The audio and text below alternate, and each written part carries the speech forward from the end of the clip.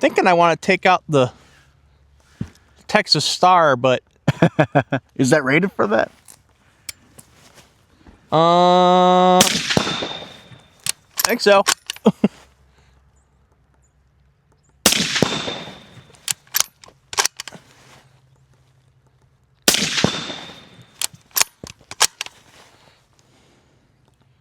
Ooh, that's hard. Oh.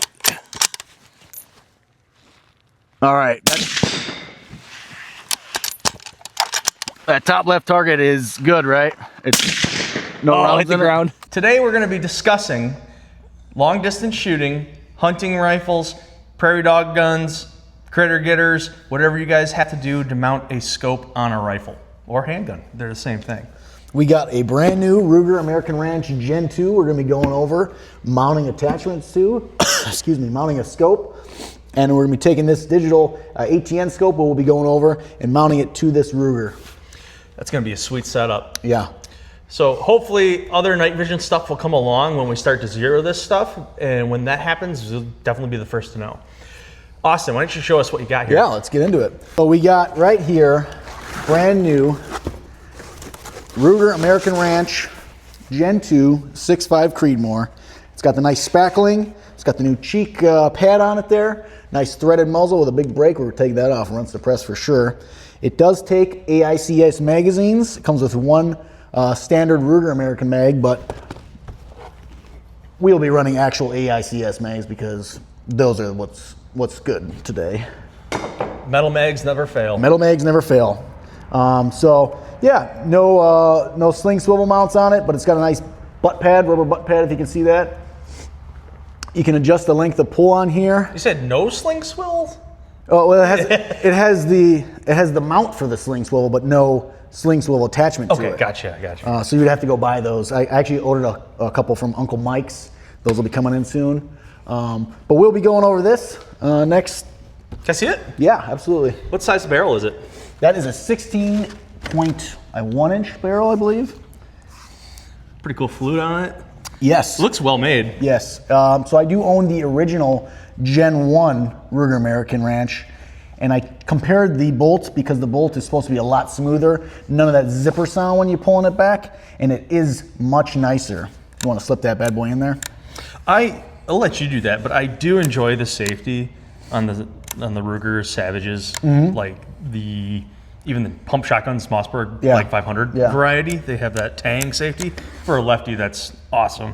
Just for discrepancy, I did take the bolt out and I did polish it a little bit, just so it's a little smoother, but it was pretty smooth in comparison to the Gen 1.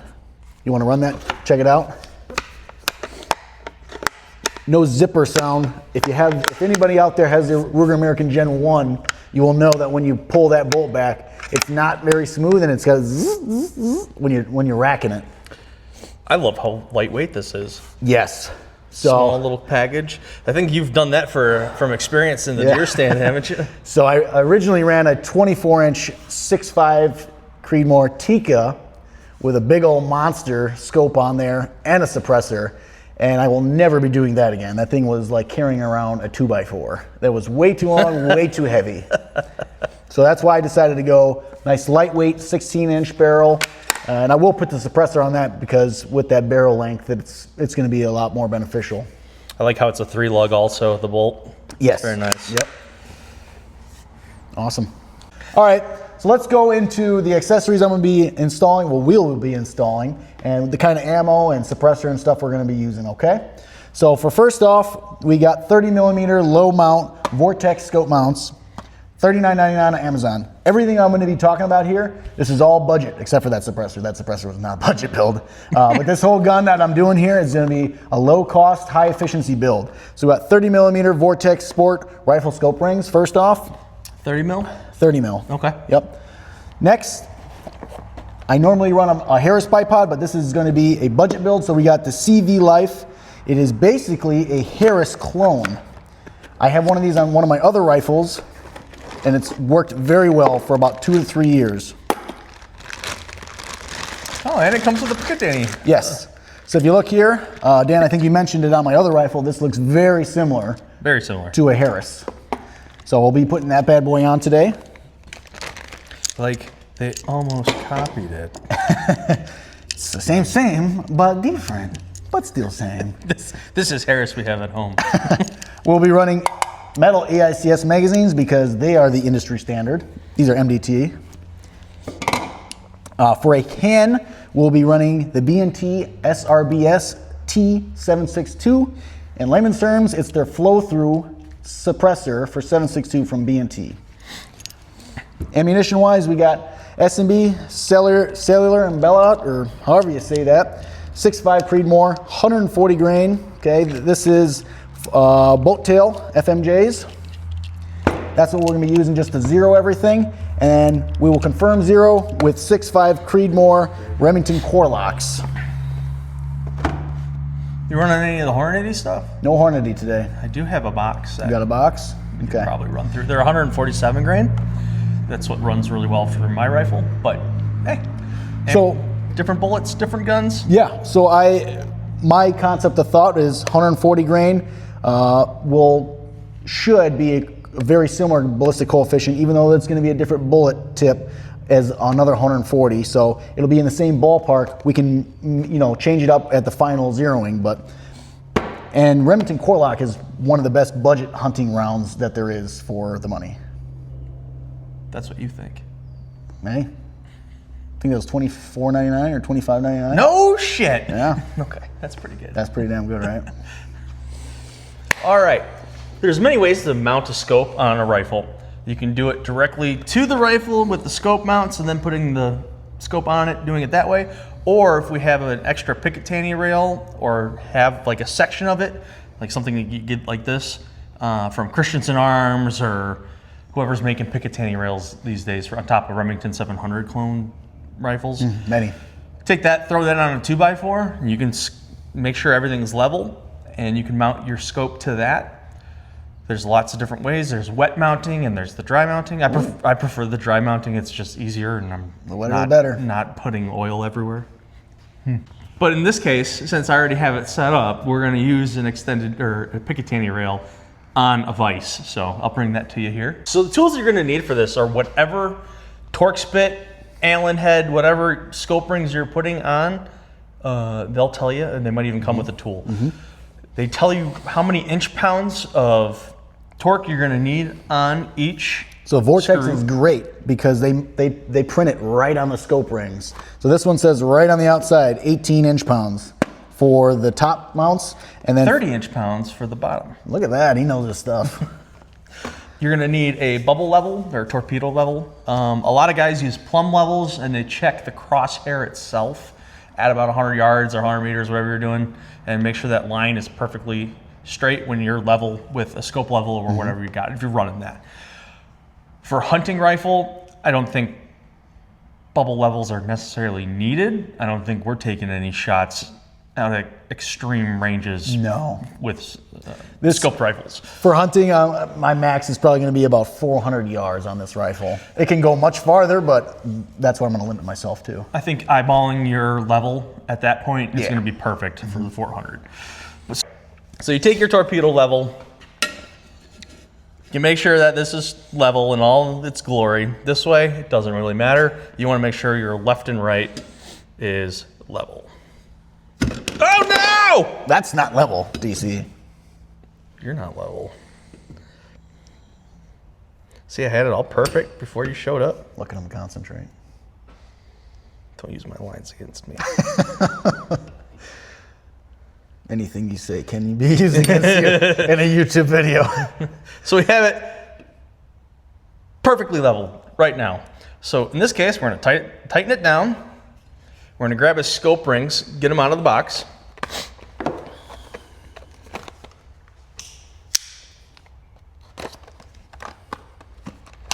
Now I have a 15-inch rail here. We're not going to be using all that 15 inches. He has what? What I tell my wife is 8 inches.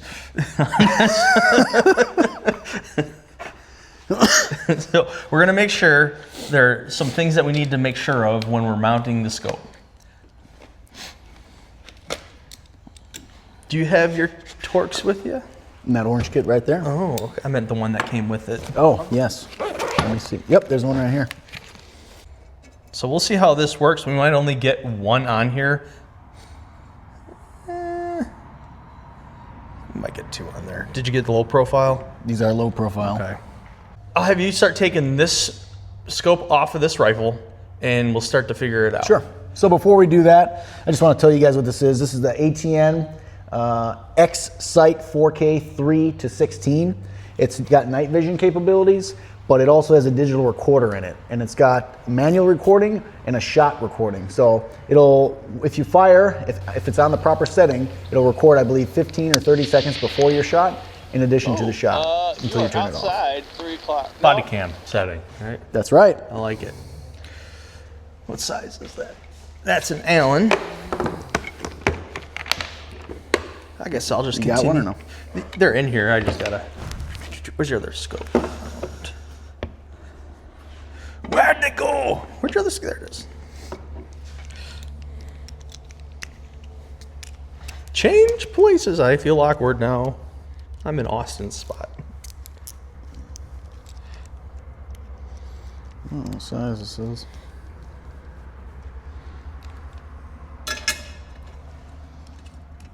There it is.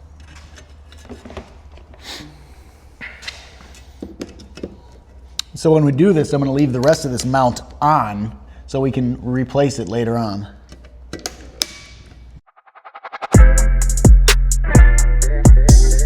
With the scope, take it off. There are some things to remember. Now with the digital scope, I don't know if it's necessarily as is important, but when you're mounting it on, we gotta make sure that this is the correct spacing for two reasons. Yeah, we're gonna need to go higher. We try to stay at least 1/4 of an inch away from each edge of the scope, especially when it comes to the more expensive optics that we have over here. You can ruin the scope by putting that much pressure or inch pounds on that ring. It can collapse the lenses that are inside the scope. Now, I'm assuming most of your stuff is right here, but this looks pretty fancy for what it is, so I'm not trying to ruin it, so we're just gonna mount it the same way we normally do. You would mount it right here, make sure that the scope is level, but obviously we can't get the scope in the correct spot because we are too low. On the real rifle, we have all this extra space. So I'm hoping, because these are real low. So real simple, I'm sure you guys all know how to mount that bipod. It's just those two little pieces that you put through the circle, and then you just tighten this down, and now she's on there. We put it forward so we can properly load the bipod. Dan?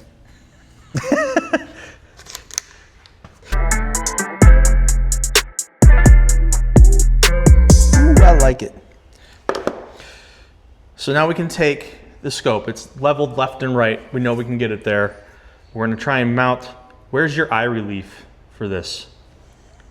Good question. I'm gonna assume probably right about there. Because we're not getting much more than that. Yeah.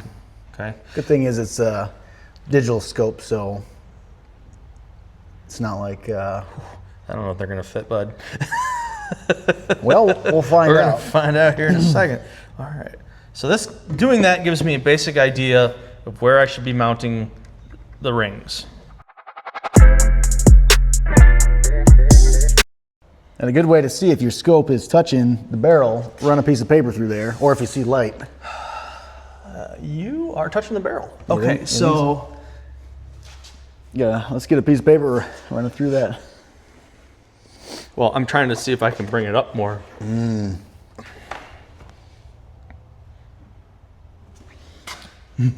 Nope. So you're gonna need a medium height, Okay. which I don't have. Those are low mounts as well. This is a 30. We can try taking these off. I think these are also low, but we can give them a shot. Well, we can go that route, or we can go a route similar to this, where it's an AR style. It'll give you a little more height. That's a 30 mil. And so is this Burris quick detach mount. Okay. We can try that. That'll give you a little bit more height. You might have to adjust your comb of your stock, but with that, we can move into something else. So we'll play with that, we'll be right back with you. Yeah. I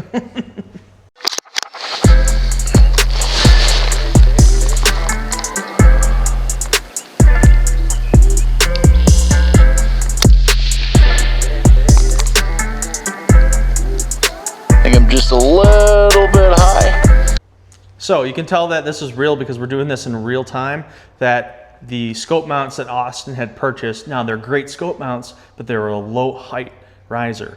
We needed a medium height riser. So with that, we quick swapped them out. I believe these are gonna be Rifleman, Leopold type scope rings, we believe. We're gonna try and figure out what inch-pounds we need to torque everything at. So we got everything leveled out, we got it on. I'm gonna have Austin then take this rifle, turn on the scope, and then tell me if his eye relief is good or if we have to adjust back and forth. How's it looking, Austin? So this is actually perfect height right here. With this built-in cheek riser on the Gen 2, fantastic. I can comfortably rest my cheek there and see perfectly through that scope. So Is the eye relief good? it's great, yeah. Perfect? It's fantastic. Excellent. All right, we're up at 100, guys. Got the 140 grain S&B. Got a target down there. It's got a couple holes in it already from Dan trying to sight in his rifle, but I should be good to go. I got 5 rounds in here, 1 to 0, 1 to, and another one to confirm, and then I'll do a 3-round 3-round confirmation of that grouping. So let's do it. Yeah.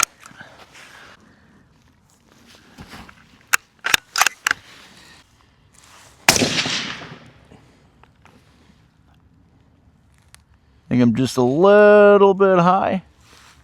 We'll shoot one more just to make sure. Where are you going for? I'm going center mass. Gonna confirm which hole that was. I believe I'm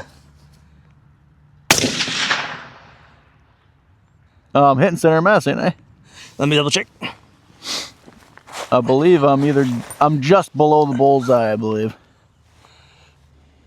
No, you're in the bowl. I'm in the bowl? You're in the bowl. Okay. All right. Any adjustments, or you think that's good?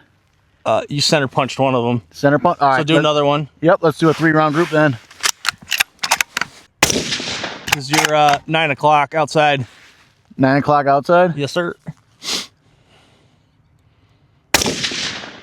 Same spot.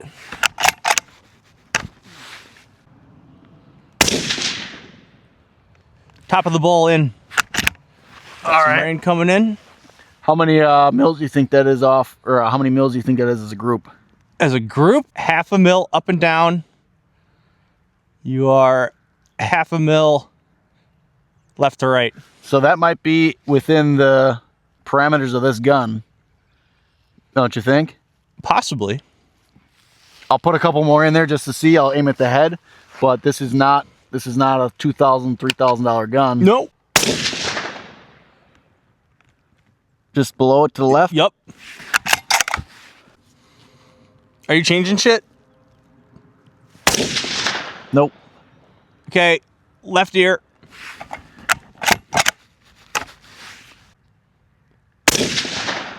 Same spot as your first one in that group. All right. So you think I need to come over to the right? Yep. Smidge. Because you're favoring left even on the other target. All right. I got 2 rounds left of this S&B. Hopefully that's good enough. 11 o'clock, just outside the bowl. So you're still on that left side. Same spot. All right. Let's go down there and take a look and see. Yeah, I can't see the bottom plate on the Texas Star from my position. That's why The ground's over it, eh? or in the ground. It's you in the throat or mine. All right. So pretend these are DCs. These are all the rest of mine. Excuse me. Shot all these here. I didn't make any adjustment, did I? No. No adjustments. Finalized up here. I think I'm at a good spot right now. I feel comfortable with that. I'm at my limitations, the rifle's limitations, scope's limitations, and the ammunition limitations. All right, guys, thanks for tagging along with us on this video and watching us put together this brand new build that we're going to take out on a hunt. If you guys have any questions about this rifle, the scope, anything else you see on the table, please like and comment this video and we'll answer it down below. If If you have something negative to say, I'd love to read it. I don't have a soul. Yeah, if we mess something up, go ahead and put it down in the comment also. We already know we messed stuff up. We messed it up. We messed it up? We messed it up. It's raining. We're cold. All right. Thanks for stopping by. Please like and subscribe. From Austin, DC, Pop Smoke. Man, I got some glass cutters going on right now.